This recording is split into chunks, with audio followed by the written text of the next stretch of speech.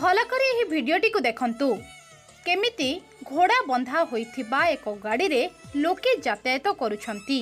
आज्ञा हाँ, यह घोड़ा गाड़ी नुहे, यह हेउछि घोड़ा ट्रेन। 90 वर्ष परे मध्य पाकिस्तान स्थित पंजाब रो गंगापुर अंचल रे चली चिराचरित घोड़ा ट्रेन रो व्यवस्था।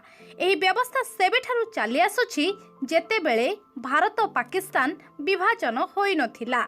90 वर्ष तले पंजाब रो सेठ गंगाराम नामक जड़े व्यक्ति एही घोड़ा ट्रेन को आरंभ करथिले, जहाँ पंजाब और पाकिस्तान को यातायात हेउथिला एवं पाकिस्तान भारत ठारू अलगा हेला परे मध्य एबे भी यह पाकिस्तान पटे थिबा पंजाब रे व्यवहार करा जाउछि।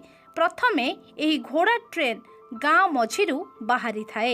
एही घोड़ा ट्रेन रे लोक माने आसी बसी थांती एवं घोड़ा को ट्रेन रो सामना पटे बंधा जाए।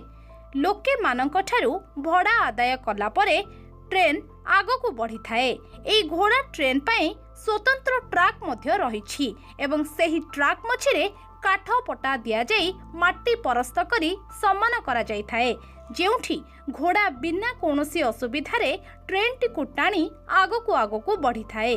साधारण ट्रेन भली आवश्यक पड़िले इमरजेंसी लिभर को टाणी एही घोड़ा ट्रेन को अटका जाई थाए। सबुठारु बड़ कौतूहल कथा हेउछि कि जेतेबेले गोटे ट्रैक रे अपर पक्षरु आउ एक घोड़ा ट्रेन आसी थाए, सेतेबेले घोड़ा ट्रेन रे बसिथिबा यात्री माने अदल बदल होई जांती एवं निज घोड़ा को ट्रेन रो दिग अनुसार बांधी दिया जाए। घोड़ा ट्रेन पुणी आगो को बढ़ी चले। 90 वर्षर एही पुराना व्यवस्था आज पर्यंत भी पंजाब रो गंगापुर ग्राम रे चली आसुछि।